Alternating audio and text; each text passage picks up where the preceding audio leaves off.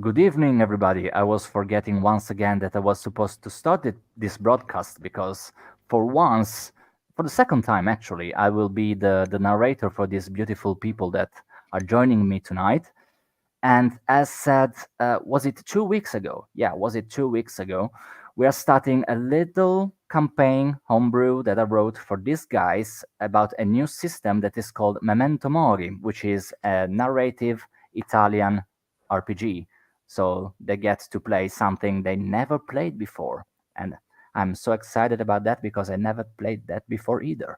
But yeah, before we actually get into um, the story itself, we need to define a little bit more details for the main part of the story, which is the main characters, played by Phil, Ronnie, and Jason, which is changing colors of our tags. Okay, just let me know when you are content with the color you chose. Not brown, maybe. No, I wanted to go for something kind of rustic and a Oh, bit okay. bleak, No, but we can we if can there's do a another thought color. behind that, as long as it is not because you're thinking this game will be shit, then you can No. leave brown. Okay, how's that? Yeah, it's perfect. It's Like like perfect. like the like the book. So Whatever you so fit, whatever you I see have the fit. I'm power. sorry. I Okay. I sorry, when you were talking about the story, all I could think of there was a well-known children's TV show back in the day called Balamori, Oh and God. the tagline was "What's the story, Balamori?" Which constantly came up in the show, and all I could think of when you said talking about the story was, what's the story, Memento Mori? I couldn't Oh I couldn't get no. I couldn't get it out of my head. I hope Right. the Anyway, author of this is not watching. Yeah. And anyway, let's keep pushing forward. I will be sharing the screen in order to let the viewers see the actual sheet that you will be playing with. Okay, here we are. So, does it need maybe a little bit of a zoom? Yeah, I'm zooming it I've just a I've Yeah. second. I've got it the PDF with me as on here as well. Okay, so let me see on the actual podcast how that pans out. Oh yeah, slightly better. Yes. Okay. So basically, whenever you see white space, is actually something that will come in handy and that will resemble one specific kind of die you will be rolling when the need arises. Mm, okay, I don't think I actually came into describing what happens when you fail roles, when corruption gets the better of your characters. So I will be just quickly describing the general mechanics. Okay, so every role that will be defined by you or maybe asked by me given the circumstances of the narration will imply the usage of an organ, as in nerves, cerebrum, heart, and viscera that we described last time, Hmm. yes, and blood. That's the bare minimum. I will set the difficulty, which is how many successes you have to achieve with the dice rolls. I And remember I remember 5 and 6 for five and success. sixes Yeah. unless there are bonuses or maluses, but I will Okay. be describing them if the situation arises. Okay. And you can add to this roll anything on the character sheet that you see fit. Let's say that as a virtue you have hunter, okay, and you are trying to get um, an NPC or a beast by surprise. So you're actually um, implying the usage of maybe nerves because you need to be focused, cold as a snake, blood because it's what moves your character into doing stuff. And you can add a bonus die, black or white, we will define that in a second, for your hunter virtue.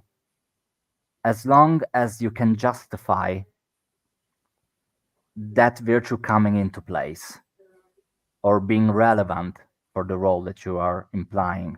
That goes also for the bonds that I remind you are described by a little sentence as kind of vague in order to describe possible multiple usages of that virtue, of that bond, sorry, or even your name itself. As my name could be uh, George the Butcher. Again, if I'm asked to destroy a beast that is hunting a village, I'll be maybe using viscera because I am actively I'm sorry, I'm acting out of my guts because I want this creature gone as soon as possible and as badly as possible. Blood because blood. And then maybe what I learned as a butcher comes in handy. So maybe I got the name as in butcher, or maybe that's a virtue as well. So that might determine 2 or 3 more extra dice that I'm adding to the roll because I am justifying how these virtues and name and whatever comes into place. If you get damage or you don't get over the fixed difficulty that I'm giving you, for example, I am setting the difficulty level of 2, as in you need 2 successes on the dice you're rolling. If you roll 1, that means that you get the difference between the threshold of success I'm giving you and the amount of successes you rolled. That value is the corruption your blood gets. As in, the second square turns black, then the third. If a fourth one should be black because of damages you're getting or corruption in place, okay, if some situation arises where you should blacken a fourth one, what you do is you erase the first 2 black, the second and the third squares come black, come white again, but you need to corrupt something else. I do realize my English is shit tonight, so please, if I'm not clear in explaining what I'm telling you, please ask as many questions as you like. I will not take that personally. No, that makes sense to me. Yeah. Plus, I'm someone who tends to learn by doing. So, Hmm. I'm someone who'll probably ask the first couple of times, right, what am I rolling, and then I'll grasp it and I'll be on it. So I tend to learn by doing. So Okay, I'm just giving you general knowledge, yeah, but then again, when the time arises, we will see the mechanics again, or all the times you need, no yeah. problems at all. Since you asked before session, Ronnie, uh, all the organs start with a free, in quotes, white square. You got 3 more to allocate wherever you please. So you may bring cerebrum to 3 and maybe heart to 2, and that's it.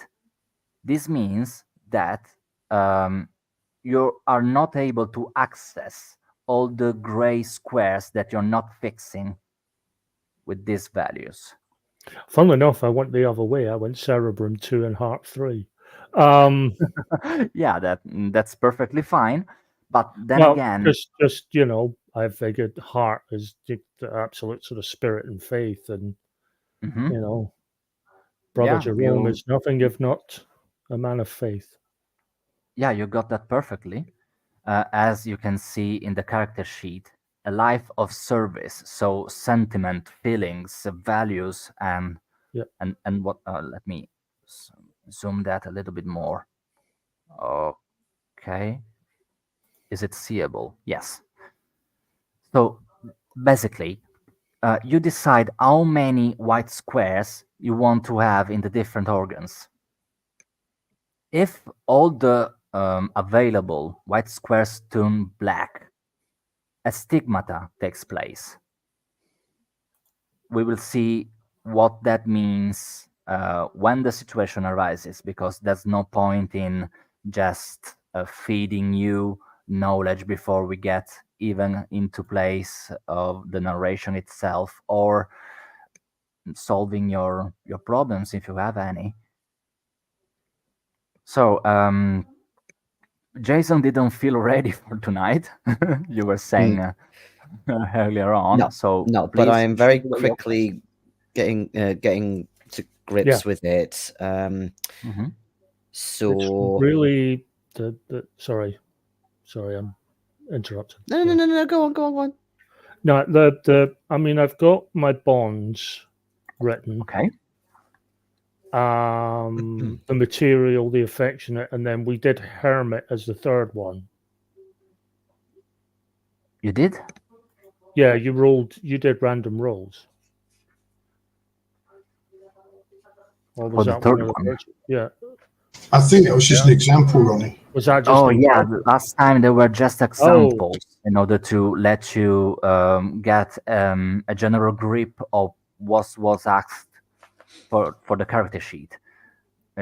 If you want to roll it, we can roll it. If you have ideas, you can put your own idea into it. What we rolled a couple of weeks ago was just to give you some examples that were included in the rule book to give you a general idea.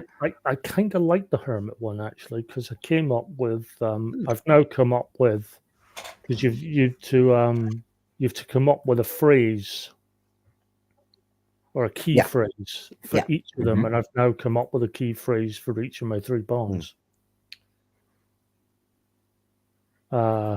Based on what they are. So Oh, you mean as the past bond, as an Yeah. hermitage? Okay. That's fine.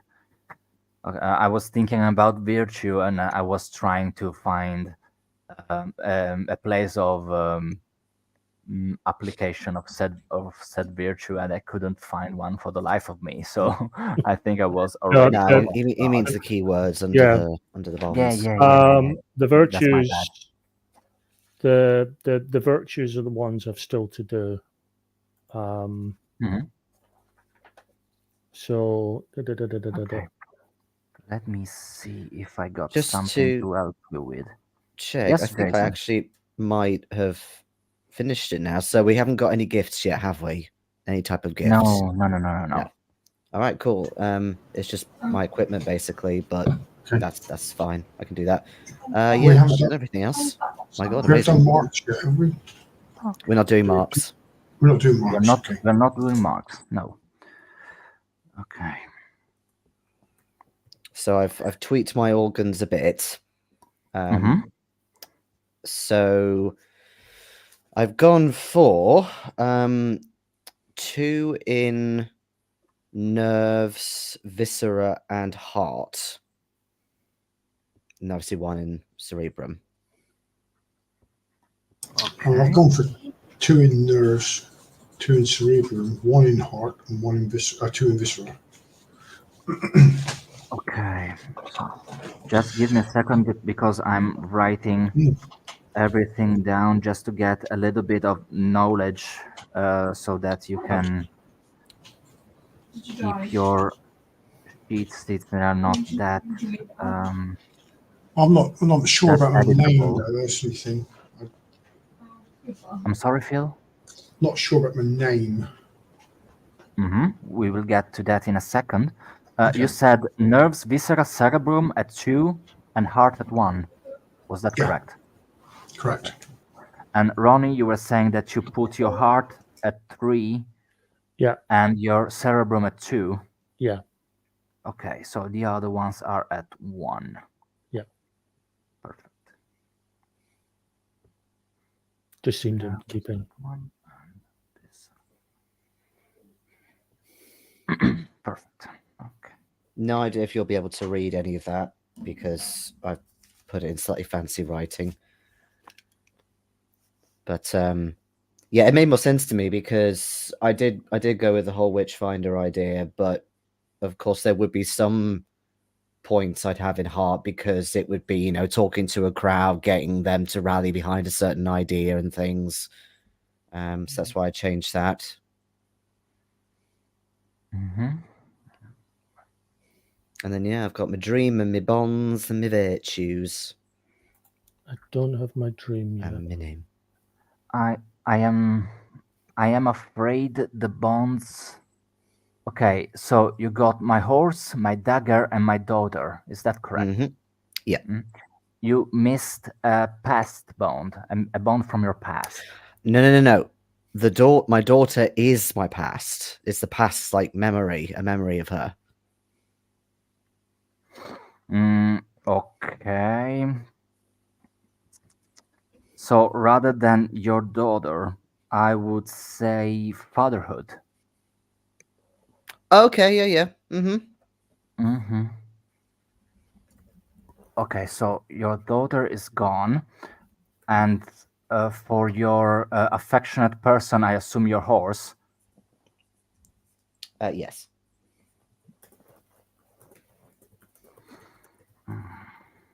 I do believe I can work with that. I can give you the key phrase as well if you want. Oh yeah, And- don't worry. I'm reading it from the character sheet you shared with me.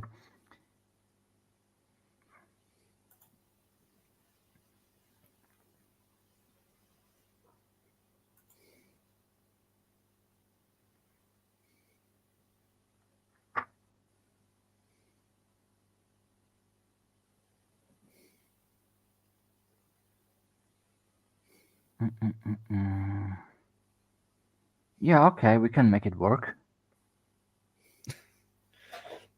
I hope I'm not being too difficult. No. It's that as I was telling you maybe last time, as in affective bond, it usually refers to living people, as in a mentor or a mother. But I'm finding example also of actual animals. So yeah, the horse might be fine. We can work with that. Okay. So, with sweet heels I am carried. The truth will out with my dagger. Okay. Yep. And a symbol of purity in my heart. Okay. Hunter Lawman, influencer, as in TikToker ante litteram. Yes, I am a medieval TikToker. Okay. Perfect. And what Live were stream you? those witch burnings. I beg your pardon? Live streaming the witch burnings. I'm just imagining the scene that's incredible. And don't worry, mate. We're right here. We're right here down here at Canterbury. We're doing a 3 today. We got 3. We're going to do one after the. Right, we're going to have to watch out for the city guard because they're on their way. But shit, here they come. Okay, as a quick question, Jason, as lawman in your virtues, as in you're imagining Ricardo to be a law enforcer of some sort. Well, yeah, he's a witchfinder, so he is more, you know, towards the law, and he would have some sort of authority. Okay. We can work with that too. Okay, so okay. And feel you weren't feeling that strong about your name. Well, no, not now. You sort of said about using it for, as a bonus and things. Because I was going to go with, it sounded right at the time, but I'm not so sure now. Black John, because he's a charcoal burner. Mm-hmm. But I'm not sure that gives me anything I can perhaps use later on. Okay. Yeah. So let's work together with which are your bonds and your virtues that you thought out for your Okay, so gun. yeah, my bonds. Then I've gone for my sister Cecilia. The description of that key phrase for that is the value of a kind word. Mm-hmm. Nice. No friends. I'll manage on my own. Mm-hmm. And the grief. The key phrase is pain brings us closer. But Okay. what you What said about from the material bond? 96. okay, I'm gonna have to Because change I, the I, one. as- I assume that your sister Cecilia is your affectionate bond. Sorry, Yes, I think she's yes, still living. No friends or grief could work as a past bond. yeah. Okay, that'll be grief. Then I'll have to drop the no friends and make up something else. Then on that one. Okay. Okay. You don't know So, friends now. You'll keep dying. That's why you're losing them all to yourself. Yeah. okay. So, we will get to that in a second. What about your virtues?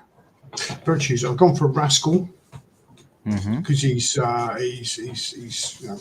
lost his family and he's lost his had lost his friends, and so he's out on his own and he's been thieving to keep himself going. Alert and skillful hands are the three virtues. Okay. Skillful hands. You have skillful hands and yet no friends. No, I couldn't resist. Still no bitches, like the TikTok meme. Still no bitches. Okay, okay. So, a coal burner. Mm, what could be?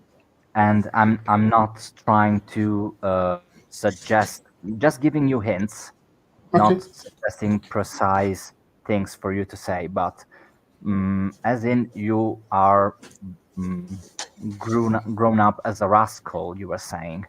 What could be a particular trinket that you are fond of?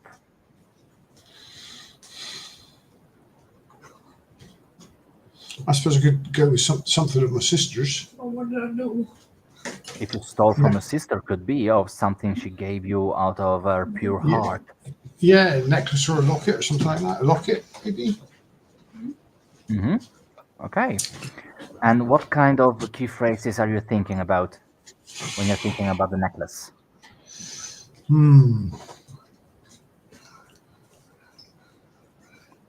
Could be something like the importance of your roots. Yes, it could be. Yeah. Maybe.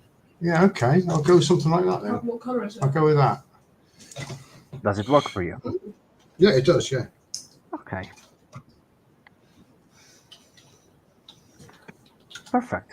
So, in order to have also a reflection about the no friends part that you ditched out in favor of this locklet or necklace or whatever you want to call it, your name could be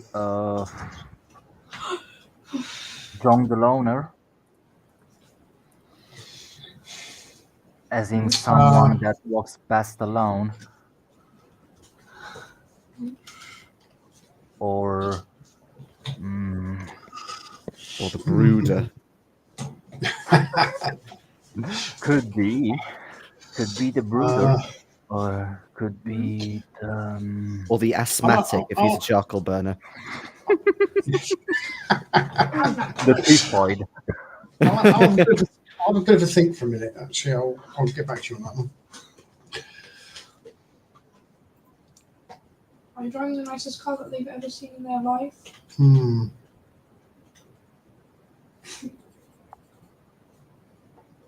Oh, okay. No, go on. I'll keep it as it is. I'll keep it as it is. Black John. Black John. Yeah, because he's always covered in soot. Okay. Yeah, given that hygiene wasn't going for the vast majority at that time. Yeah. I'm just thinking about a word that I'm not able to translate right away. So if you can give me a second. Yeah, sure.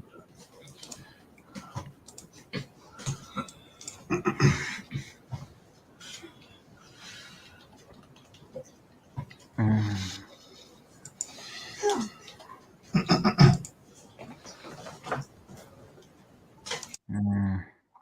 No.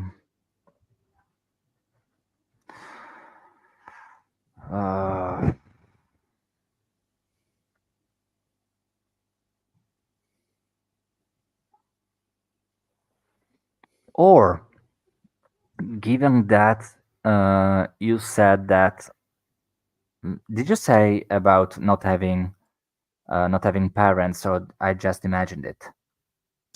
No, I've just lost everybody. Everyone's sister, parents. The parents died a long time ago, and the sister died more recently, but they're all gone. Lost everybody. So, Oh, so your sister is dead as well. yes, that's what I was thinking. But I since you said about, I kind of like Because the your idea about. affectionate bond must be a living person. So I'm thinking then, sister's still alive, but I stole a locket and legged it. Okay. Or I stole a locket because I was leaving. So just a bit of a dick. Don't be dick. Okay. Yeah, that works as long as it works for you. Or, and hear me out, you might be called John the Stoic, as found strength in loss and harshness. Oh, okay.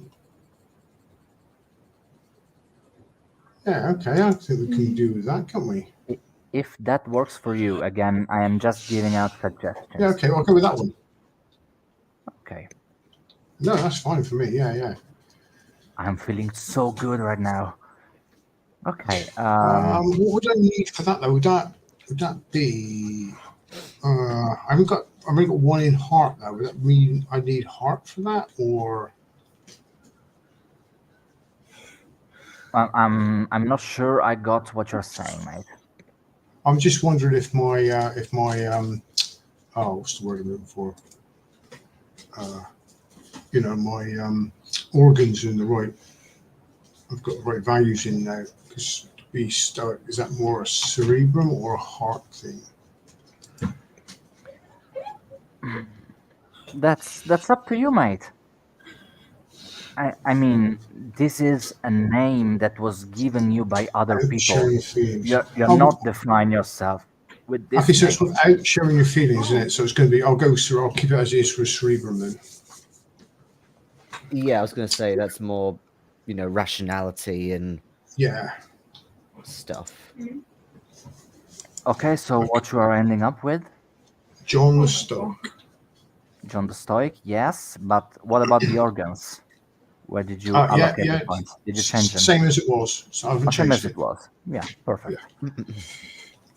Okay, so I'm having a look at Ronnie's character sheet. Brother Jerome the Gentle, okay. Okay. Is Cross, from Fate Comes Peace, okay. Father Desmond, from Silence Comes Wisdom, okay. Priest, Diplomat, and Scholar. Okay. Does your character sheet work for you, Ronnie? Yeah. Or do you have questions you want to ask? No, because I've got that blank. I've got that drifter sheet as a PDF just to refer to, but that one works for me. Just to have it. Are you okay with those three? Because I went with each of them was from something comes something for each of the three bonds. From Hello, faith Matteo. From Yeah, faith, I mean, from faith comes peace. From duty comes purpose. From silence comes wisdom. And I know the three virtues could be, especially at that time, be seen as interchangeable. But I didn't want to go with healer. And as much as I'd love to do the brother Cadfael thing and claim he was once a Crusader Knight before he took the cowl, I don't think we're going there. okay. So I kind of like the fact that he's just notes in a book, just that everyday monk. He's now realised he's got limited time, and he's on a bit of a pilgrimage to go back to the abbey where it first started for him way back, because he wants to. That's where he wants to die and be interred. Is it Okay. Battle Abbey? Yeah. As again, that this works. Everything works as long as it works for the general idea that you have of Brother Jerome. Yeah. Okay, you are content with what you chose. Yeah. Is everyone content with what they chose? Yes. I've just changed my organs again. Oh yeah, I was reading that. So 1 point in cerebrum and nerves. I'm just going to I'm write. still getting used to the terminology a little bit. I keep thinking that nerves is actually something else, and it's not. Yeah. I think, given what I'm going for with this guy, I think Viscera does need to be up a little more. So that's why I've done it. Hence the bloody. I just happen to find it funny that we're now all wondering if we've got our organs in the right place. Yeah. For the time Change being. me organs. Just change Switch them me round. organs. Switch me organs round. Oh yeah, Oh, you God. might be lucky enough for have your request heard. Yeah, that didn't sound ominous. No. Not at all. On one bright day in the middle of a night, two dead boys got up to fight. Back to back, they faced each other, drew their swords, and shot each other. Yeah, what is that from? It's from a nonsense poem called Two Dead Boys by Chelsea Wilder. Ah. It's just a long stream of nonsense. Amazing. What can I say? You just described my work day. Just a long stream of nonsense. Oh. Yes. But jokes aside, then again, as I was telling you before, some shit will hit the fan. Some things will happen, both narratively and mechanically wise. As soon as you got a question, don't you bite your tongue. Just raise your hand and tell me, you dumbass, I didn't get shit of what you just said. What the fuck is happening? Yes, also that if you feel like it. Who am I to prevent you to raise your fingers to me, which I've done nothing to you, but Yet.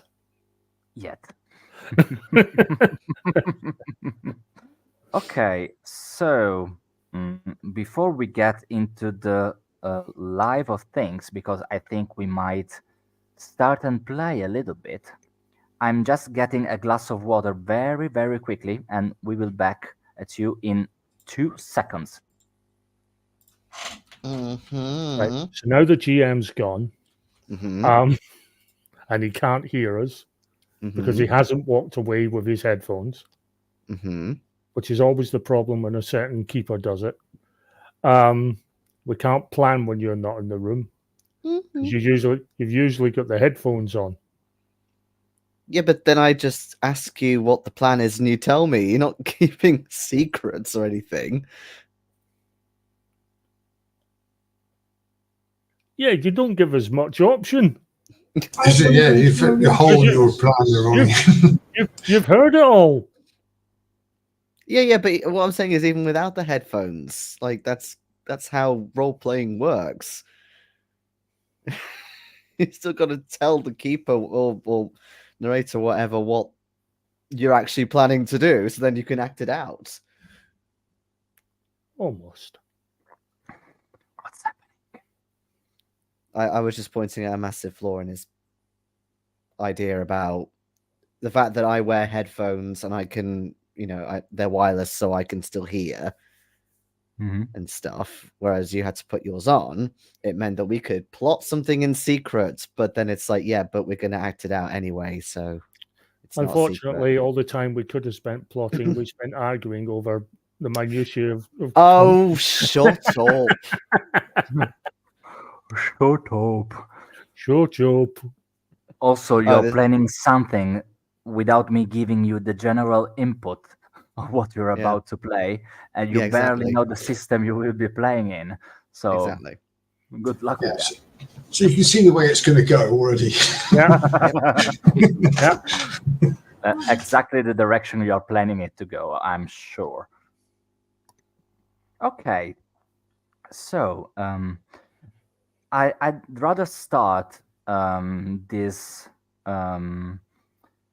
first session with sharing you the little uh, parts of verse and lyrics from the song that I shared with you a couple of weeks ago. I don't know if you listened to it. If you didn't, it's not a problem. I listened to a bit, but I was going to listen to the whole thing. I forgot, It's sorry. Again, it's not an issue because I could have reminded you, but again, it's not vital for the narration to go forth. But as a general sense of what's going on, these verses come into place quite rightfully, and they read: "A cathedral on the ocean floor, colors will to create a scene, an essence, a vision, a dream." For the listeners, if you're interested, the song is "Becoming the Ocean" by the band Earn. Not urine, as you pointed out last time, it's Earn. But then again, I'm sorry, resume. but the band spelled URNE. It was bound to come up. Yeah, with an E, the Earn. Yeah, but I forgot. Okay. Yeah, it's not an issue. I'm not familiar with the band and their interesting choice of spelling. I'm trusting your word for it, but then again, I just heard them, listened to them quite recently because they opened for a concert I came to see. I didn't know them, but they took me a little time to appreciate, but I think they're cool given what is my general likings in music, and I hope you can make something out of it, hopefully. But to resume what I was saying a couple of minutes prior, I'd rather start this first session with you, Lot, describing your characters, as in how they are currently presenting themselves. Sorry, if there's something going through their minds at this moment, just so you know, you are all walking together towards the same destination.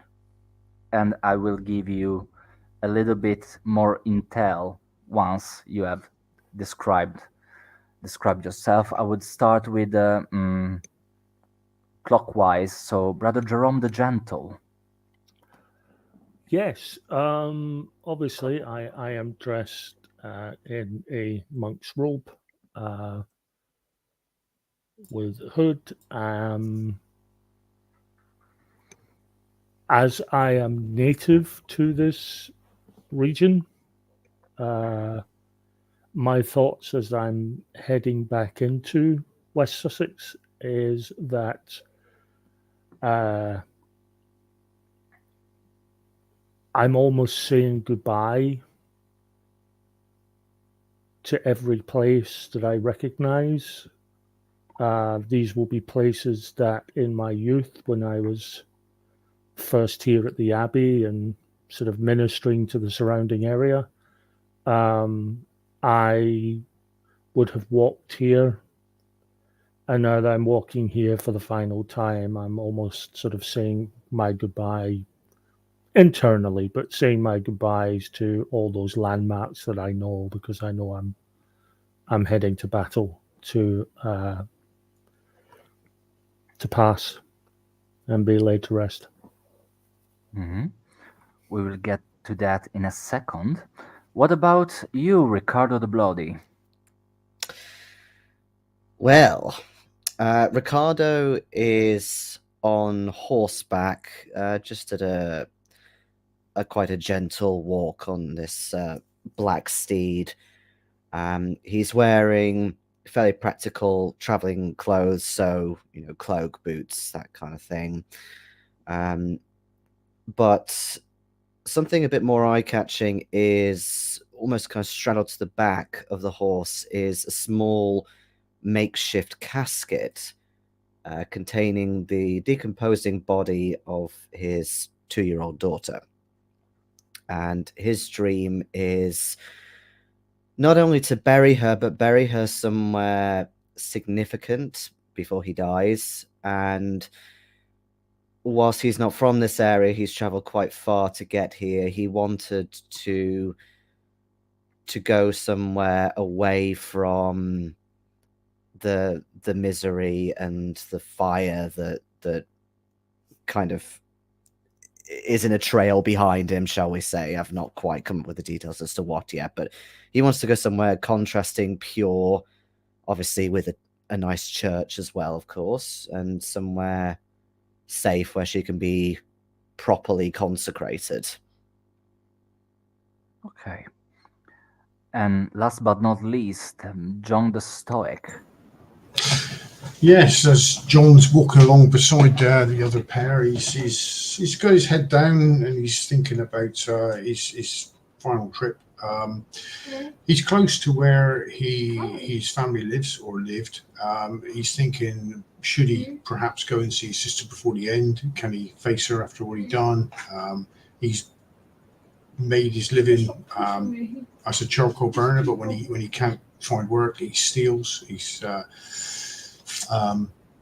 torn between the life he's got and meeting his sister and almost sort of admitting what he is and to her, and that he took her locket. He's sort of like deep in his own thoughts at the moment. Okay. Before going on with telling you the general story, I want to tell you to say to you thank you, because you got the general feeling that underlies all Memento Mori. So death, loss, regrets, everything that is bad feelings, you might say, even though I don't believe there are things such as bad feelings. But thank you for pinpointing exactly where I want this game to go. So hopefully this will be even what you want the game to go, and maybe where it will go. But you all perfectly defined how these are your last days, because the war on one side are killing people all around Northern Europe, and now also the Black Plague is reaping victims left and right. And given there is not much time left for you, you resort to hope, even in places where you didn't know you could find it, because you're all traveling for different purposes on the same road in the countryside towards Winchelsea.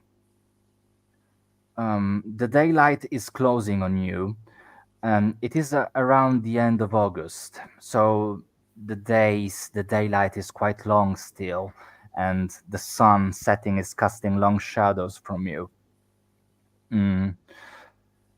Up on the hill you are now reaching, you are able to see the town of Winchelsea down below you. You see several men are at work, transporting materials, gathering, building, and hundreds of ships are quietly resting at sea, like they are giants covering the setting sun on the sea. Uh, as you walk through this country, the light is fading away, and sun rays flicker as if something is actively trying to get that light and keeping it for their purposes. Given that night is almost closing in on you, it's well past evening time. You see a tavern, mm, a couple of miles away from the town, but close enough for you to um, get a rest before actually reaching town. This town, you heard by other people that you found along the way, or maybe in other towns you have been before coming here, might mm, mm, might present itself to you with a place of hope, as I was saying earlier, because you heard that here that maybe found a solution to all your problems, a way to keep living, fighting for your life, and to reach your dream that could be buried at old age in your in the abbey where you studied, or to give a proper burial to your daughter. But you heard that at Winchelsea, specifically at the Church of St. Thomas, there is an holy man that apparently is able to heal everyone and everything. So, I mean, given that everything is lost, you might as well try and hear from what this man has to say to you. Maybe they actually have a solution for your problem, so that you might be buried in the abbey, but when your time actually comes, or you might maybe start a new life here in Winchelsea, away from everything that was your past, your actions, maybe your portions that brought to you to be something you're not that good about yourself, that not make you feel so good about yourself. Okay, so as you enter the tavern, you see that there is quite a lot of people staying here. But if you reach the barkeep, the host, they will tell you that they have some beds left for you in exchange for a little bit of coin. You might sleep here, have your animals fed, and points at your horse, Ricardo. But before going to town, you might as well stay here for the night and then get with the merchants into town in the first thing in the morning. Are you willing to stay here? Or do you wish to push forward?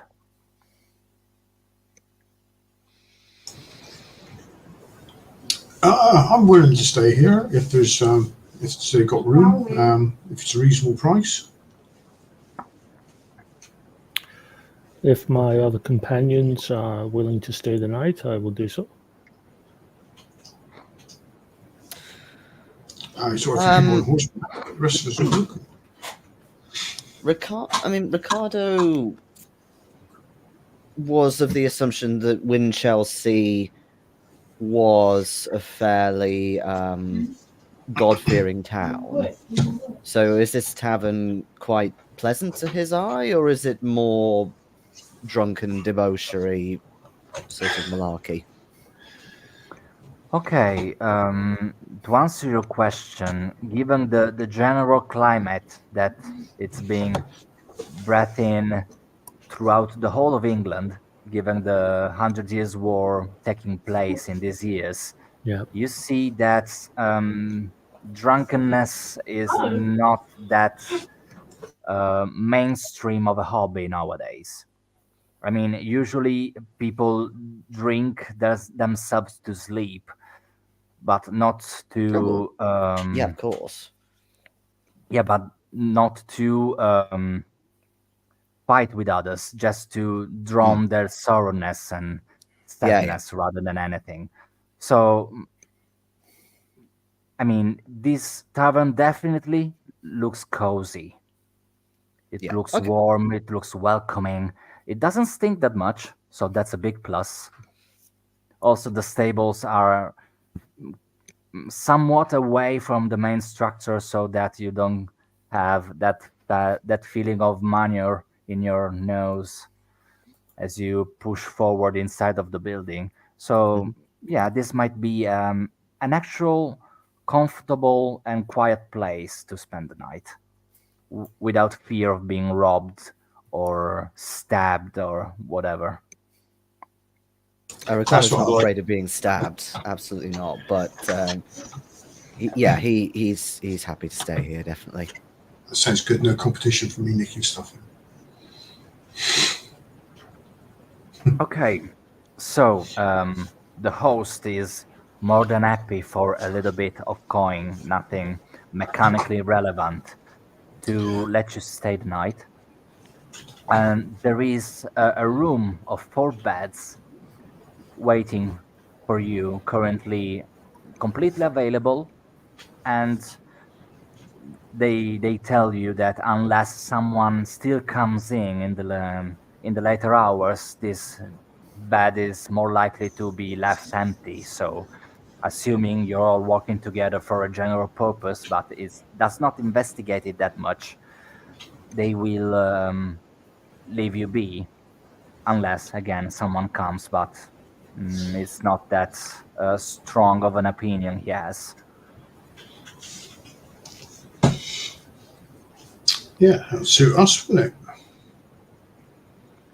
So I assume you head down for dinner. Maybe have a little bit of what it's prepared. This general soup with this general meat in it. Maybe a couple glasses of ale, of beer, or tinted down wine, and then you're heading to bed. Unless you want to get to know your fellow character, your fellow players a little bit more at dinner time. Well, either way, the first thing you notice about Ricardo is he always carries the casket with him. He never puts it down anywhere where he's not looking. No creepy at all. He just tried to keep it smelling at least fairly pleasant. Essentially, he's kind of cleaned the bones a little bit, but it's also a body. So there will be some sort of aroma, shall we say, coming off it. Yeah, the stables won't do any problem. That's an ideal icebreaker. What's in the box? Yes, I will not be doing my Brad Pitt impersonation.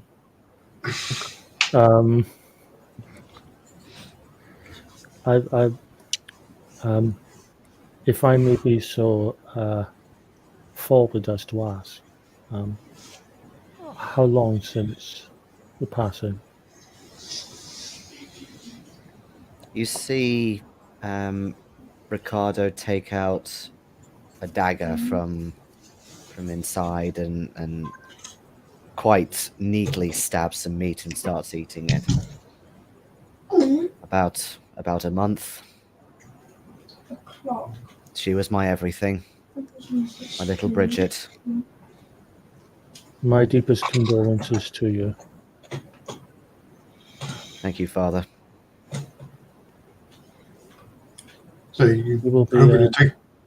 Sorry, carry on. She, for what comfort it brings you, know that she will be with God now and at peace. She is not with God yet, but she will be soon. I want to give her a proper burial, away from the heathens that plagued her every day. So you're aiming for the Abbey then? Yes, that is where I shall start. With your permission, I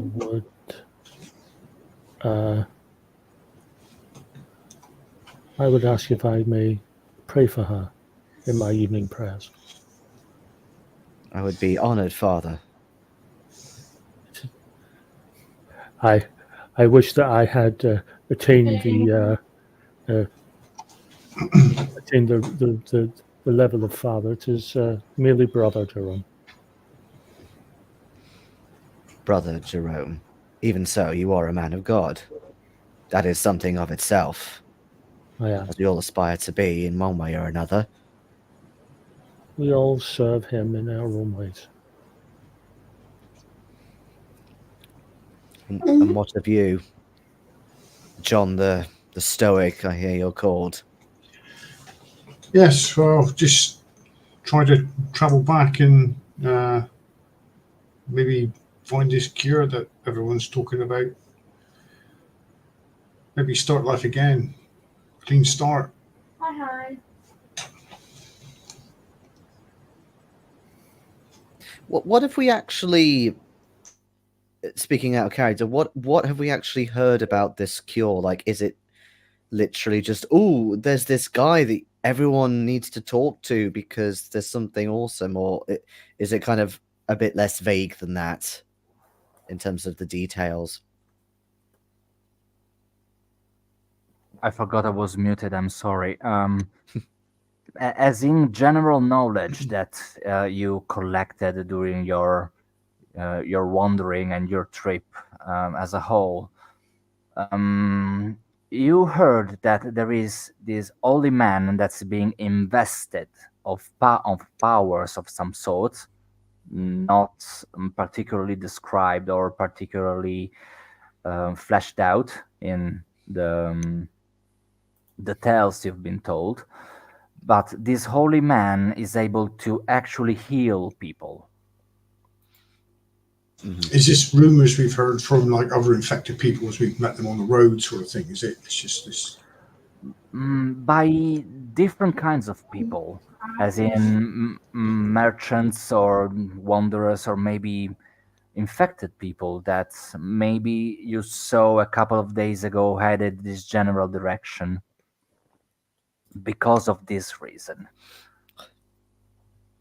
So something must have happened for this rumor to spread so far as to a couple of days of walking away, given the plague, given the war. So in a general condition where people doesn't travel much, and yet the rumor spread kind of widely. So there must be some truth to what's being told about this holy man in this holy ground, in this holy church, etc. You don't know exactly but what you've got to lose.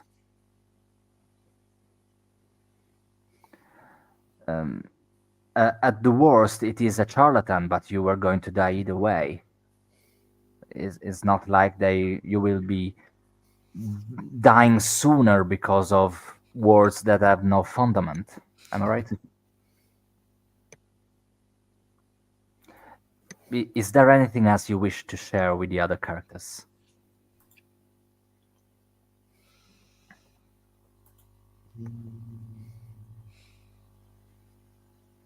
No, I'm going to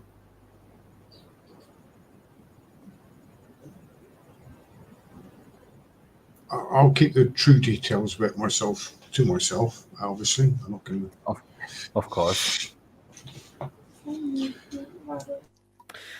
I don't think explicitly share, but just another thing you observe about Ricardo is once he finishes eating his meat with this dagger, he takes out a cloth and very carefully cleans it before sheathing it or putting it Is away. it expensive looking? Is it? Okay. Yeah, it's expensive looking.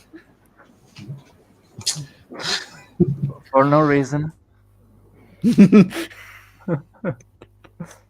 Okay, so if nothing else you want to do, if there's nothing else you want to do, I assume you all add to your room and hit the hay and try and have a little night of sleep.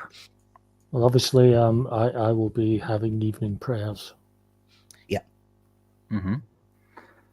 Okay, So I will so probably be going I'll probably be turning in much later than they do. okay, so I assume let's assume this time passes. You're all sleeping in the same room. Um, the other way around, in which you presented yourself. Phil, would you mind choosing a number between 1 and 4? Oh God. 3. Sorry, 3. 3. Okay. You have this vivid dream. You are walking, and somehow you feel like you know this place. When you keep looking around, much like in dreams, you're not that really able to fix your eyes on details about the buildings on the or the streets on the faces of people, but you have a general sense of familiarity with the environment. Mm, this could be the main road in the town you grew up in, or another bigger town that you crossed coming here. But you are walking, but you feel like some sort of constraints, like you are forced to walk in a general direction, and you hear bells all around you.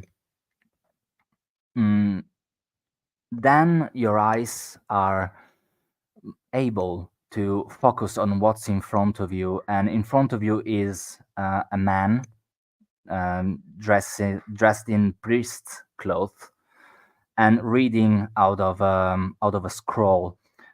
You're not able to make out clearly what it's talking about, but you see that there's a public, there's a lot of folk and people surrounding this man, and when they make way as soon as you are seen proceeding in their direction. If you look down at your feet, you see that there are chains limiting your movements, and somehow you're still pushing forward one small step at a time.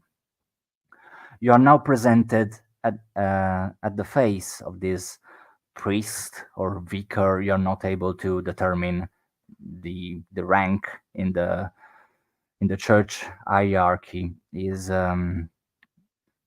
in, but the look on its face is of pure hatred and disdain. And you see that he stops talking once you are in front of you and points you behind his back. Behind his back is a pyre, and you are forced to walk up the pyre by two guards. You are secured. You are secured to the thingy. I'm not making up the words. Sorry. I'm tired.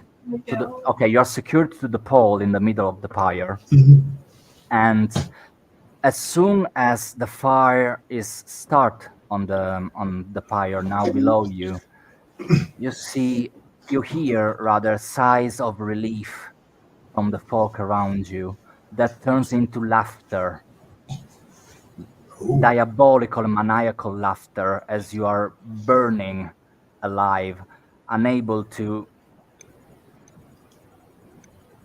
escape, of course, or to extinguish the flames that are now engulfing you. While you actually feel your cracking and decaying and carbonizing on your bones.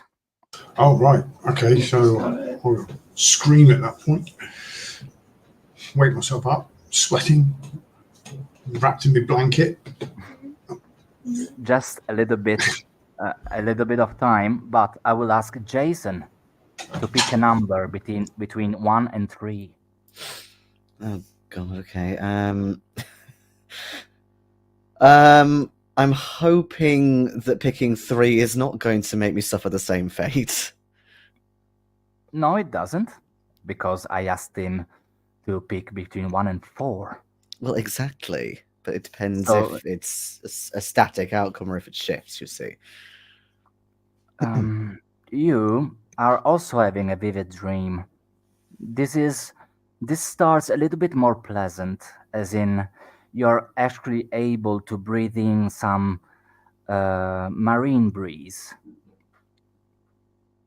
and you see yourself walking down the beach of at the bottom of a cliff. This might resemble what you saw getting down towards Chelsea.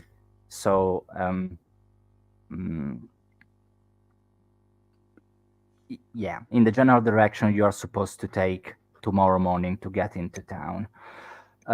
It is hot, so you got your trousers at knee level, and you are barefoot, walking on the shore, feeling the water in between your fingers, just a little bit of pebbles, just stimulating your feet as you push forward. In front of you, giving her back at you, you recognize is your daughter. Your daughter is in a white dress with a little bit of flower motif just sewn into it. How old you imagine your daughter to be? About 2 years old. Okay, so she is standing like like really small children are, so not that comfortable with their balance on their feet, but they point something in the distance. Also, she's talking to you, but you're not able to actually make out what she's saying. Not like it is children talk, so just nonsense spewed out together, but it is actually more like mumbles, more like pronunciation defects. Like you're not actually making out any words of what she's saying. So I assume you approach her to ask her what she's telling you. Yeah, And probably as- try and lift her up as well, just to kind of get her in my hands and stuff. As soon as you turn her and lift her to have her in your arms, as you are saying, you see that her whole mouth is dripping blood. So her not being able to talk is because she is gurgling and spitting blood out of her mouth. And then she gives you her other hand, the one she's not pointing with, opens it, and you see that her tongue is in her hands. And she's giving her tongue out to you. Wow.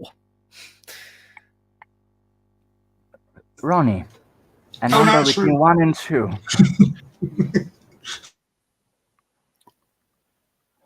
I don't think I want to choose any after those two.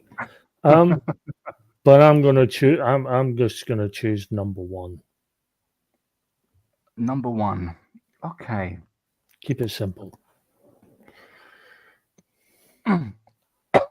Okay.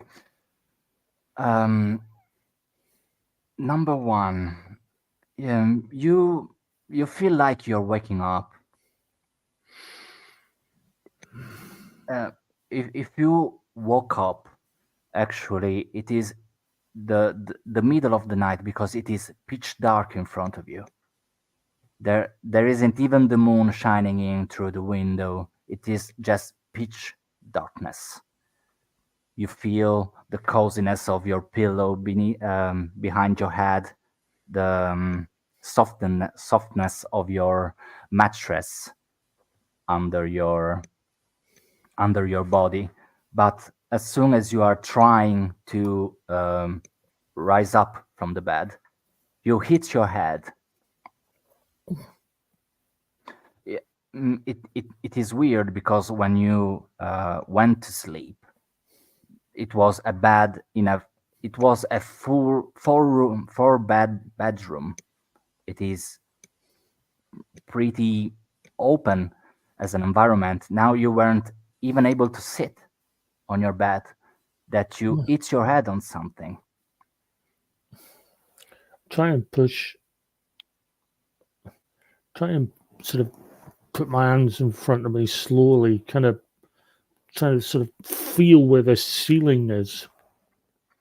You see that by touching and mimicking movements around, you see that the roof in front of you couldn't be more than 5 inches from your face. As you keep knocking, it is very narrow as an environment. So you try to roll out of bed, but there's a wall on one side, and there's another wall on the other side. Okay. Having sort of found the sort of ceiling, I'm going to try and push, see if a ceiling, whether the ceiling's fallen. I just see if I could push up. Maybe give myself enough space to actually sit. It doesn't budge. As it is, it feels like it's been nail shut.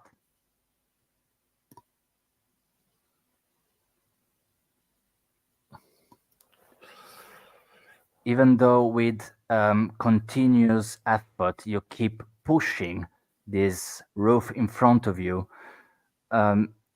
you are able to hit it with more strength than the other times you tried, just to feel this roof, and you feel hard and dirt falling on your face and into your mouth.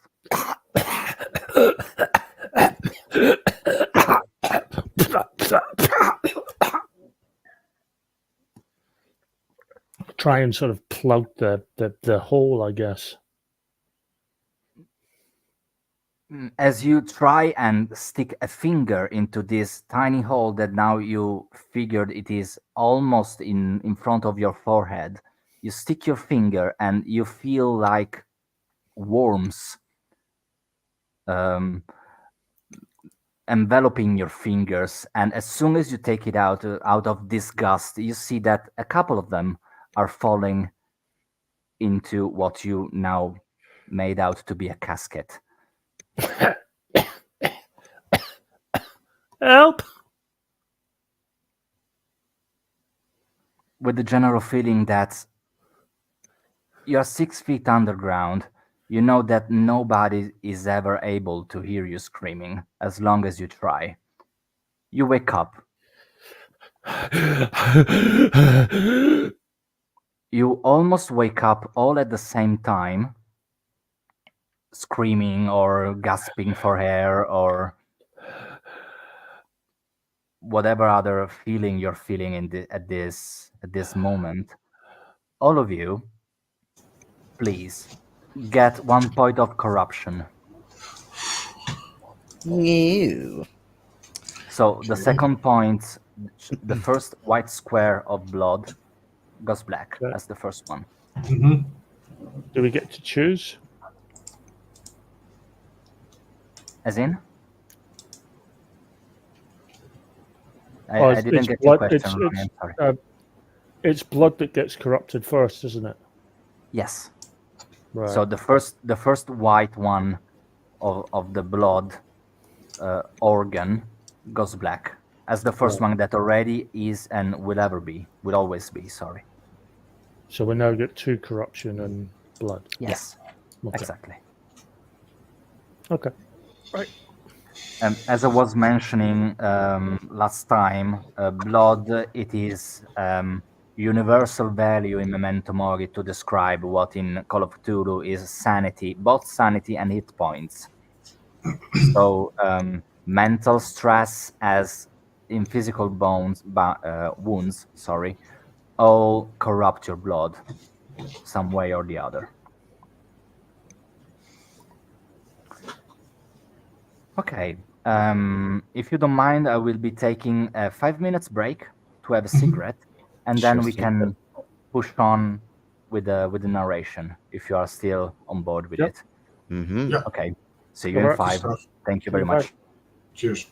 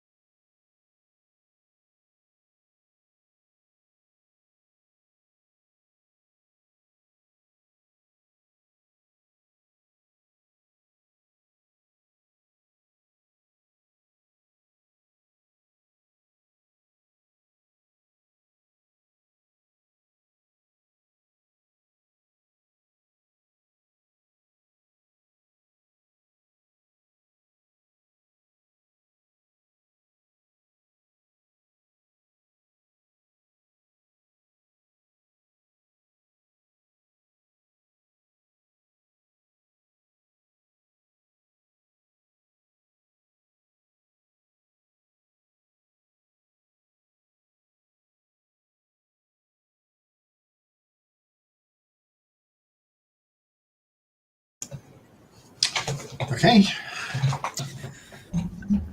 Nice portrait there. I just had a quick Google, and really the only things that are coming up are Matthew Hopkins. Well, I think that Not was every- It's technically a more. perfectly good Yeah, one to come. Yeah, up but with. about Yeah, 300 years Vincent Price. later. yeah. Vincent Price. I think that one is technically Elizabethan. Yeah, I know, but At least. it just is, No, the one I've got. but yes, Vincent Price is amazing. Yes. there's actually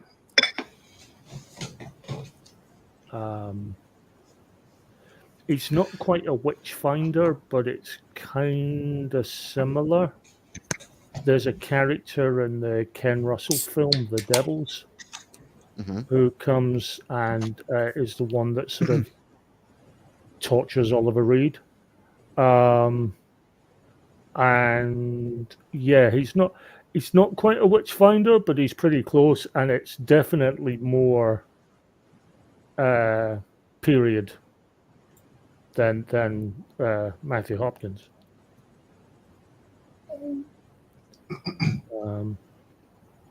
I just find it hilarious that over here that film went by the original title of The Witchfinder General. Mm. And over in America, because they were determined to make every Vincent Price film sound like it came from an Edgar Allan Poe, it was called The Conqueror Worm, Oh, which is Okay. over in America it's called The Conqueror Worm. are you sure it wasn't because they would get confused with general, thinking that was a military thing? No, they did. They were just determined that it was Vincent Price because he'd done all those AIP, Edgar Allan Poe things for Roger Corman. They wanted the American distributors wanted to cash in on that, so they gave it a title of another Poe story, even though it's got sod all to do with anything. Yeah. You're thinking of that story why they called the film Madness of King George instead of George V, did you? Oh, that's the famous one. The madness. Yeah. They shortened the title to The Madness of King George because they were afraid the Americans would want to know what happened to the first two films. Because they would be convinced that the title was The Madness of King George III. Mm. So where was the first two? It's like amazing. It's like apparently Americans don't know what a philosopher is. Oh, yeah.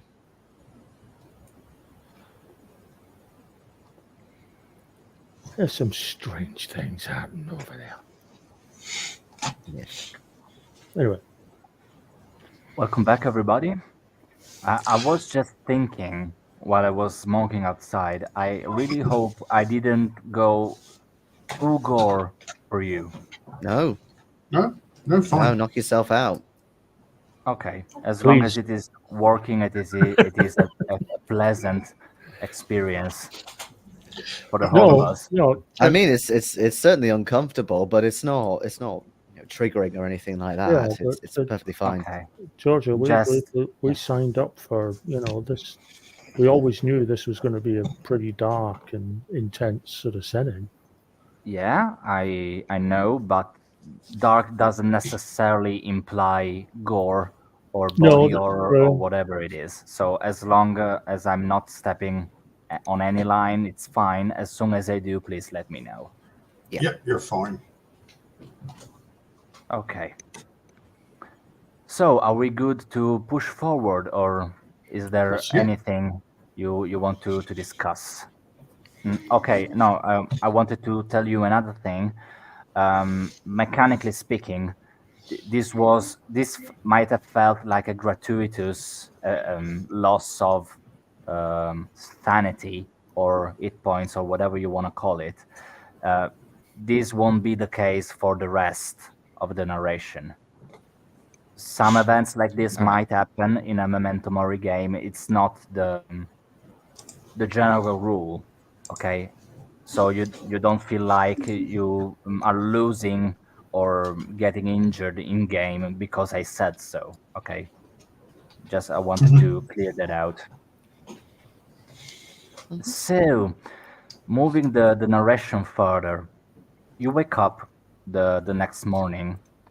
Um, you look at yourselves, you look at one another, and you feel like, in a way, you're not able to describe or to pinpoint to a precise um, clue or hint, but you feel like there is a stronger bond with your partners, with your caravan colleagues or friends you made along the way. And are you willing to share with the others what was of your night so far? I had a most strange dream last night. I dreamt that I found myself inside a coffin, that I was buried, but I was quite conscious. Most concerning, brother. Yes, it was a reminder of one's mortality. Rather frightening reminder of one's mortality.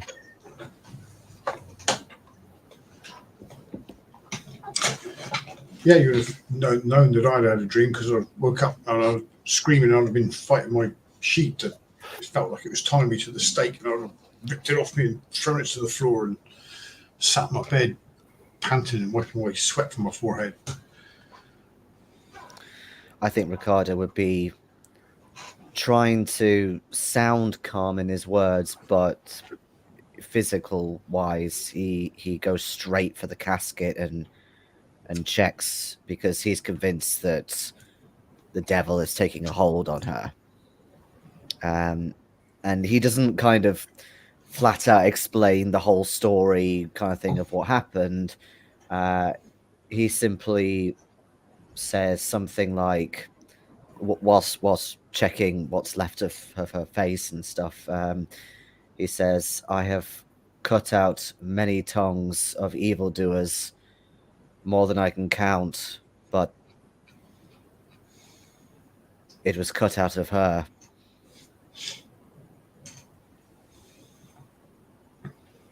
I see. Perhaps the sooner we arrive at this church and we can lay your daughter to rest, that she may gain some peace, and yourself by extension. Indeed, we need to move quickly. As long as you gather your general possessions, and you, particularly Ricardo, look at the casket, nothing's missing. Everything is exactly where you left it before going to bed. Given that maybe John's possessions are all scattered across the room's floor, given that he had this particular awakening. But yeah, nothing's missing. Everything is more or less where you left it. And as soon as you get downstairs to have a little bit of breakfast before hitting the road again, you see that no one is left at the tavern, but just the owner. The owner greets you, and if inquired where everyone has gone, he will just tell you that most of them disappeared overnight or left very early in the morning. In fact, you, Brother Jerome, were up late saying prayers before going to bed. You heard downstairs a little bit of commotion of people leaving, even at that time of night. Did I note? Well, I wouldn't have allowed anything to disturb my prayer, but after finishing my prayers, did I look out to see in what direction the people were heading? Hmm. You did, and of course the owner just confirms what you thought by looking out of the window, and he believes that most of them went to town to find a job because in wartime, workers are looked for different occupations, whether it is like smith or builders or whatever. Um, of course, you know that unfortunately, war moves people, also moves a lot of money. I was during the sort of 5 minutes that we were away there, I was having a quick look at the area because it's the south coast, and that particular area where we are was the site of many pillaging raids by the French and the Spanish during the Hundred Years' War. So they got their asses kicked time and time again.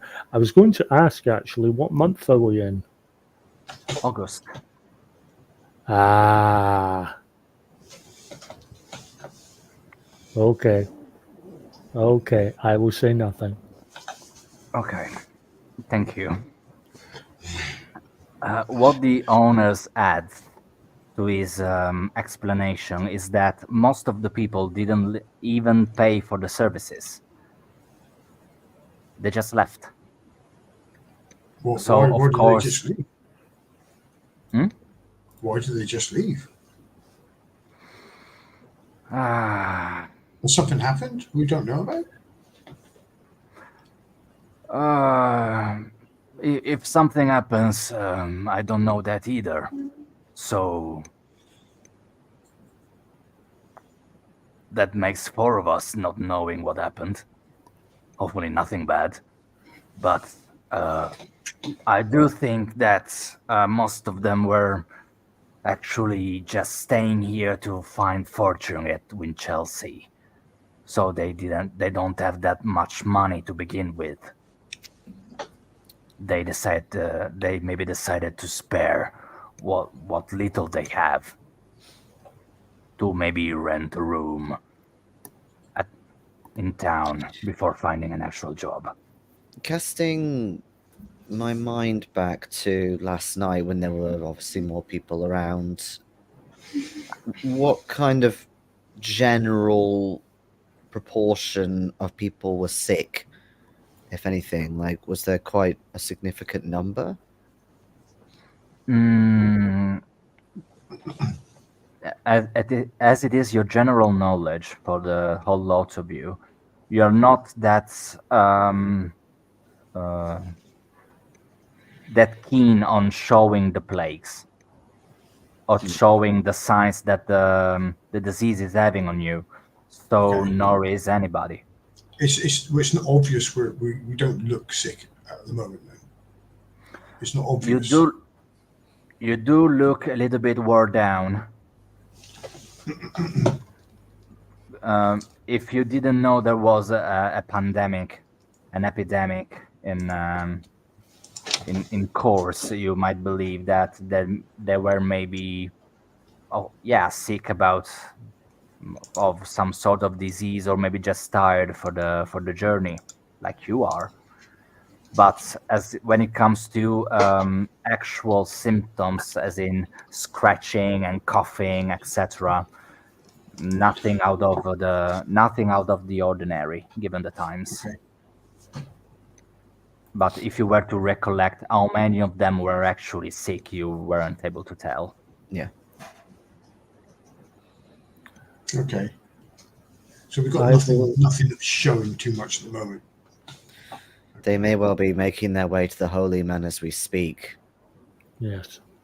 We'll be at the back of the queue. The Holy Man, you say? Yes. So I assume you're headed to St. Thomas Church. The very same. We are naturally intrigued. Our Lord does work in mysterious ways. His miracles to perform. We can only hope that this church does indeed bestow such a miracle upon the people. Hope is a important value of this time. Amen to that, brother. But yeah, I mean, good luck with going to the church. Not because of going there itself, because I don't know this holy man that people is talking about. What I do know is that not many people come back to tell the tale, and if they do, they don't look like much has changed. You fear that there are charlatans involved. No, I won't. I won't say that much. But to speak in Christianity terms, I'm a little bit like Saint Thomas. I need to Oh, see in order to The believe. doubter. The doubter, yes. I believe Before- it's simply a case of whether God wills it or not, and he does not will it on everyone. Could be that, or could be that my faith was stronger before these difficult times. Perhaps come with us then. Restore your faith. Ah, yeah, I could, but who will be look after my tavern? I cannot just close it. Then let us promise this in the alternative. We will go to this place. We will see for ourselves this miracle, and we will, upon witnessing this miracle, return to you and give true testimony. I will look forward the day. Also because you paid in advance, so I'm very much willing in seeing you return. If I have a few pennies left, I will give them over to the barkeeper as well. He of course thanks you profusely for your charitable work and says goodbye to you and tells that you are welcome at his tavern whenever you please and whenever you want. And of course he's hoping to see you again very soon. Money talks. Also, you imagine that he lost a fair amount of money, given that most people went away without paying the bill.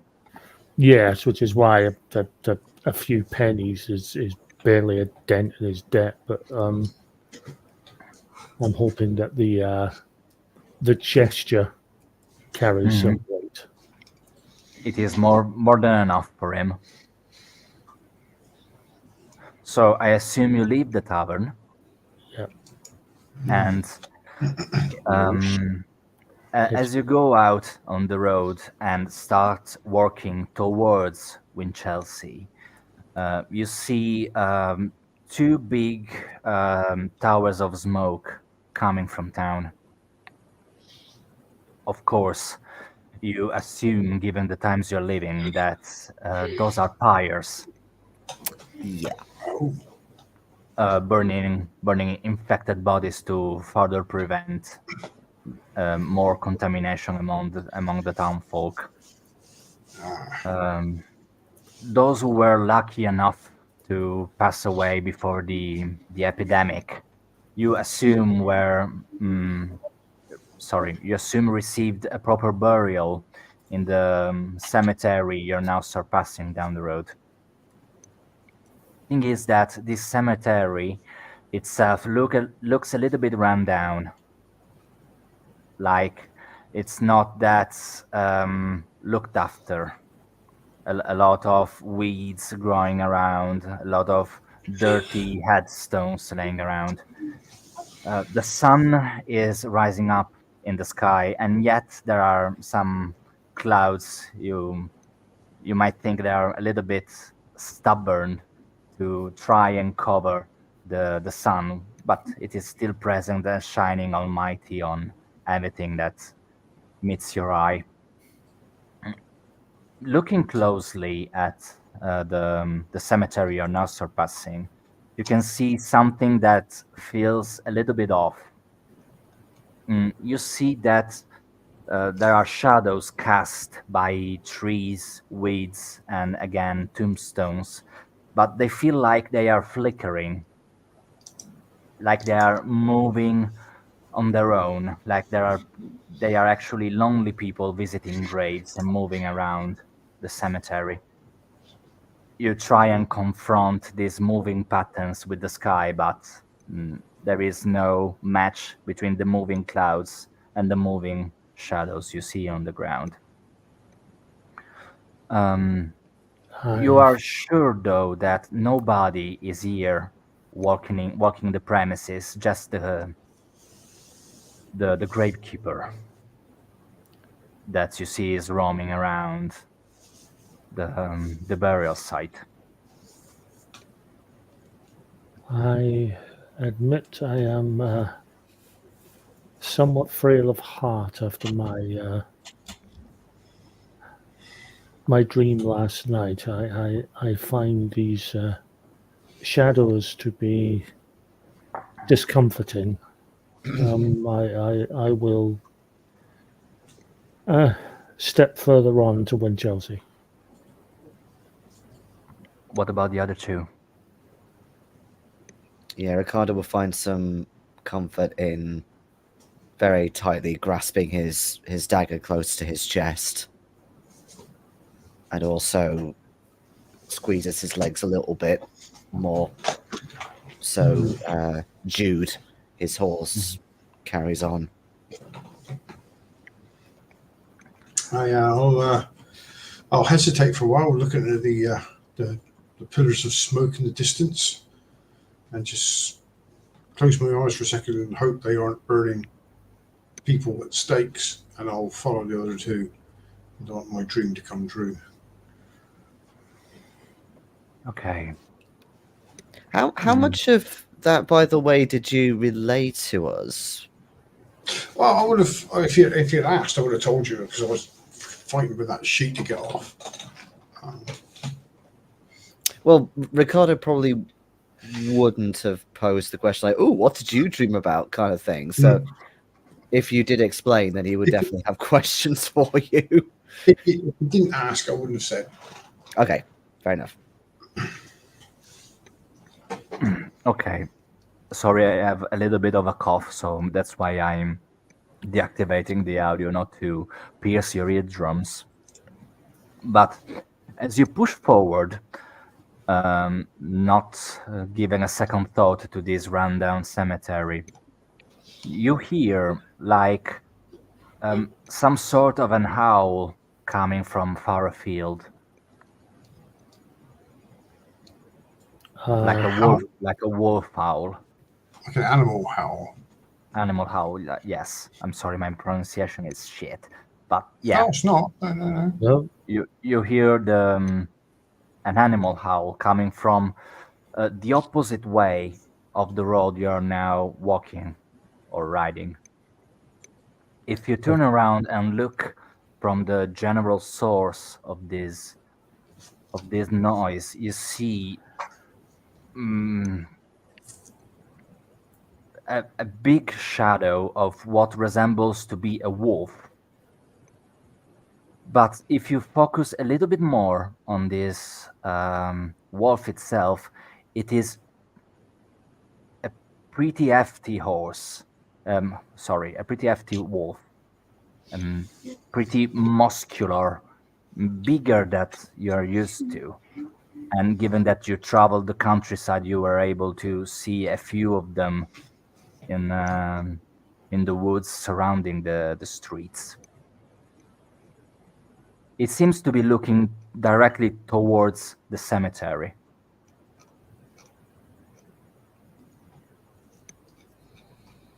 I I don't know if we're going to find any holy man here. This place seems to be dog of evil.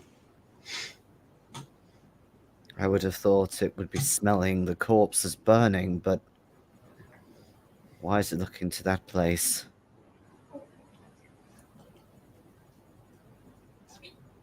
Looking back at the graveyard, has anything changed back there?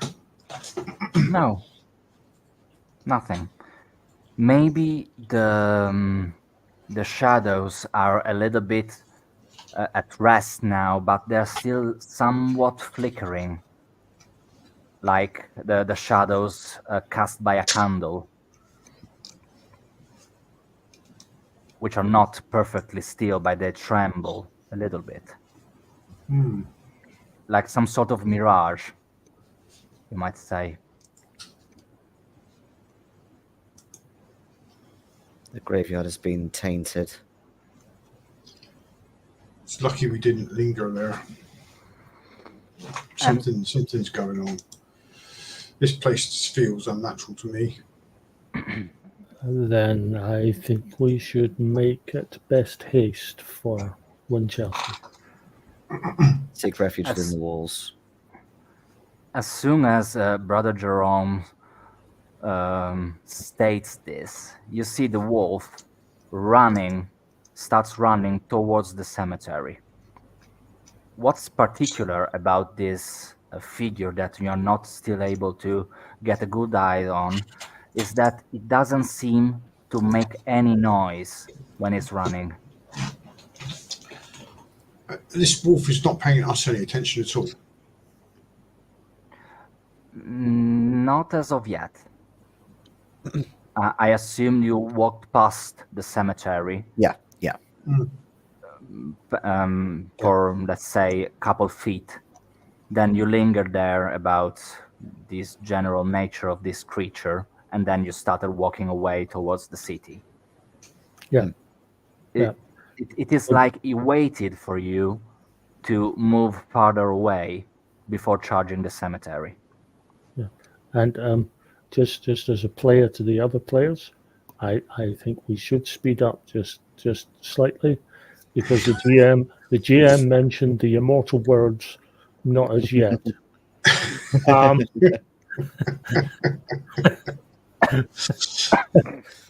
Not what I'm drinking, Ronnie, please. I was about to spit that everywhere. I did send a little. I did put a little link on the chat there. Just the howl from the film American Werewolf in London. Just the werewolf howl, just because it's just one of the scariest flipping noises in cinema. Thinking about scary, as you are quickening the pace towards the city and far away from this godforsaken cemetery, you now get to look way closely to this creature. You don't know what kind of god or devil or entity put this thing on earth, because it does resemble an actual wolf, but you see that spots on his body are completely bald, and where the spots are bald, like flesh has overgrown. There are like excessive amounts of muscles and flesh, but they're not supposed to be there on a sane creature. And when it looks at you, it looks like it has some human complexions to it. It does preserve the wolf snout, maybe the fangs. The eyes are definitely human.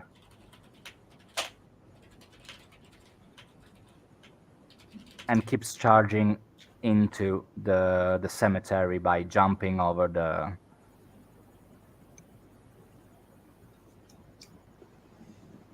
short wall. I can't think of a better word.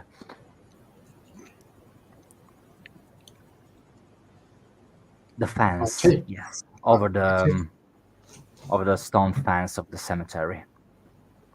I take it Brother Jerome is like myself and completely unarmed. I don't know about Ricardo. Ricardo has this dagger, basically. Okay, so we don't Okay. attack only wolf, do we? Yes. Given the nature of equipment itself, given you are traveling the countryside, it is wartime. There are bandits around. I assume you have some means of general self-defense. So if you want to have a short sword or a dagger, I assume you have it, given the position you are into. Would At you be that okay time, with? either. Oh, sorry. Hmm? No, please tell me. I was just going to ask. Would you be okay with Ricardo having a short sword as well? Hmm. Yeah, given your profession, etc. Yes, of course. Also, it doesn't really matter mechanically Yeah, yeah. because there is no damage dice for weapons. Yeah. So whether you have it or don't, it's up to you. Given again your position in society right now as wanderers, I rather think you have some means to defend yourself from wild beasts, bandits, or whatever it is that you might find along your travels, rather than don't have anything. Maybe Brother Jerome started to I would have accompany. I would have a small dagger. Okay. Also, being you a scholar, a man of faith, etc. Yes, you might have one, but maybe you decided to accompany yourself with Ricardo and John because they looked armed. Hmm. They looked more fearsome than you will ever be, maybe that you will ever look. I'm going to have a quarterstaff. I won't have a bladed weapon. Have you got A quarterstaff, okay. See, I was going to say I was going to have a walking stick like a cane, and I thought, no, I'm not doing that again. I'm not having a monk with a staff. It's just no. It's just asking for trouble. Enough is enough. Yes. Mhm. Okay. Are you speeding your way away from the cemetery? One assumes Avert your eyes from this. Yeah, one assumes we're at least quickening the pace. I think Okay. that wolf looks dangerous to us. So. Yeah. Remember Lot in Sodom and Gomorrah. This is a test, I am certain. And as soon as you mention Sodom and Gomorrah, you hear a pretty loud scream coming from the cemetery. You assume it is from the keeper. I assume you will never know. Oh well. We're way Although- too superstitious to go and save anybody there. Something now is starting to remind me of my dream last night. We're being driven by a force towards these fires. As So this this wolf is driving us towards these pyres that are burning. as the keeper, you assume lets out this fearful and high-piercing scream, you see that the sky looks like it is darkening a little bit. A little bit more clouds are collecting around the sun, covering it a little bit. It is just for a couple of minutes. And you see that this creature that you saw before is walking out of the cemetery, completely covered in blood, and having between in its maw a human's head.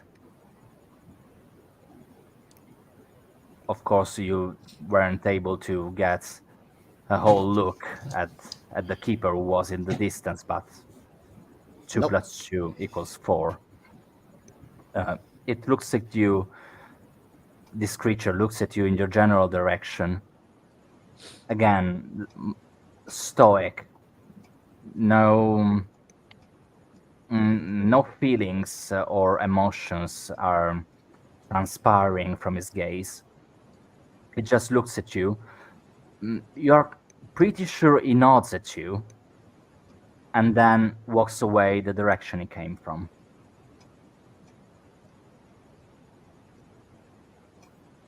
And then the sun rises again. Shines again, sorry. How What is the my fuck? horse I- behaving when all this is going on? Yeah. I think I assume that the horse. I assume that as I would do, I would turn around without turning my whole horse. Yeah. So okay, the horse was a little bit frightened by the howl and the scream, so it was a little bit uneasy on its place. But then again, not having had direct contact with what just happened, it is feeling unease. But as soon as you caress the neck of it, it goes back to being quiet as it always has been.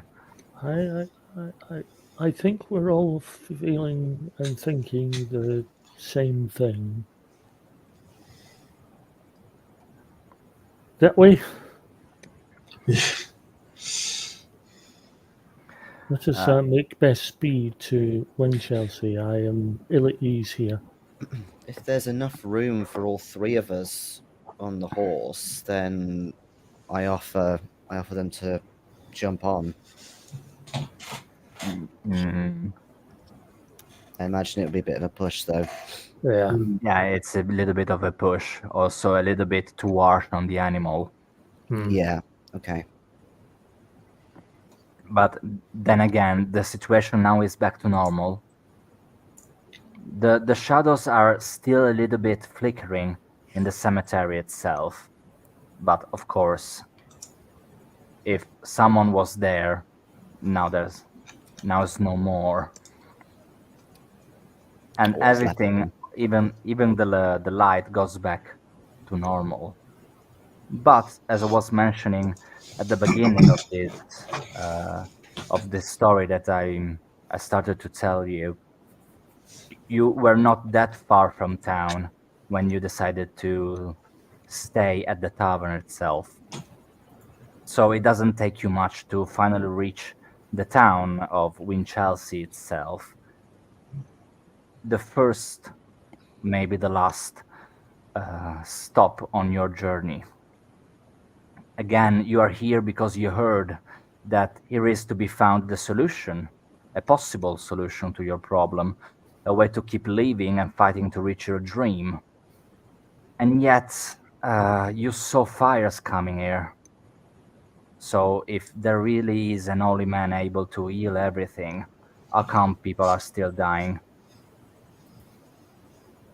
And we maybe find an explanation, an answer to the question next session, hopefully next week. 1 week later. 1 week later. Yes. Again, this was a pretty short session just to test the waters, Yeah. to see how cold and deep they are. So we Very will get cold, very into deep. It is pretty grim.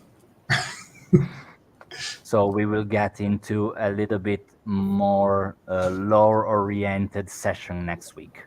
Yep. And the following Yeah. week. Up for it. Very nice, very nice. Thank you very much, Giorgio. Thank you, Giorgio. Thank you. Thank you Yeah. for having me as always. And hopefully Matteo was able to log and tune in, sorry, and Well, it's some bits of conversation that we had. there's Or somebody we might watching. I'm assuming play. it's him. Okay, so thank you for watching, whoever it is. If it's not Matteo, thank you very much either way. And If it was Fiona, hi, honey. ciao, Fiona. And then again, if you wish to know more about Memento Mori, tune in next week, or we'll see, given our availability. But thank you for the players for enduring this first session. and we will see you next week, hopefully. Thank you. Bye. Bye bye, everybody.